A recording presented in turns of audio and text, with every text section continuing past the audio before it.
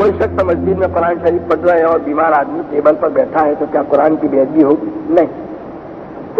بیمار آدمی اپنے معذوری کی وجہ سے لیس علی الاعمى حرج ولا علی المریض حرج ولا، تو بیمار کے اوپر کوئی یہ نہیں. تو بیمار اگر بیٹھا ہے، اب اس کا مطلب تو ہے کہ ایک آدمی بیمار اگر مسجد میں آ کر کرسی پر بیٹھا ہے تو ساری مسجد کے لیے قرآن پڑھنے کی پابندی ہو گئی. ایسا تو کوئی شریعت کا حکم ہے نہیں.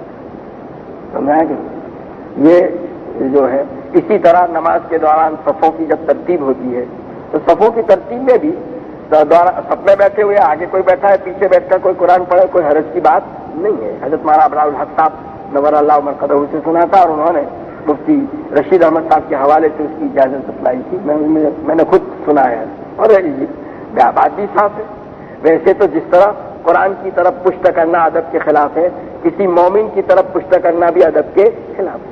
لیکن مجلس کے اندر دیکھیں، آپ مجلس میں یہاں بیٹھے ہیں، آگے والوں کی پشت پیچھے والے کی طرف ہے. نماز کے اندر اگلی صف والوں کی پشت پچھلی صف والوں کی طرف ہوا کرتی ہے. حالانکہ یہ بھی ادب کے خلاف، جیسے کہ قرآن کا ادب مومن کا بھی ادب ہوا کرتا ہے. تو جب جیسے ضرورت کی وجہ سے وہاں اجازت، ضرورت کی وجہ سے بلا ضرورت ایسا نہیں ہونا چاہیے. جہاں اس سے بچ سکتے ہو بچا جائے، ورنہ اس سے بچنے کے لیے قرآن کی تلاوت تک چھوڑ دی جائے یہ کہیں نہیں ہے. لوگ اس میں بڑا غلو کرتے ہیں. ہر چیز کا اپنا ایک مقام ہے، ایک حد ہے، وہاں اسی حد تک اس کو رکھنا چاہیے.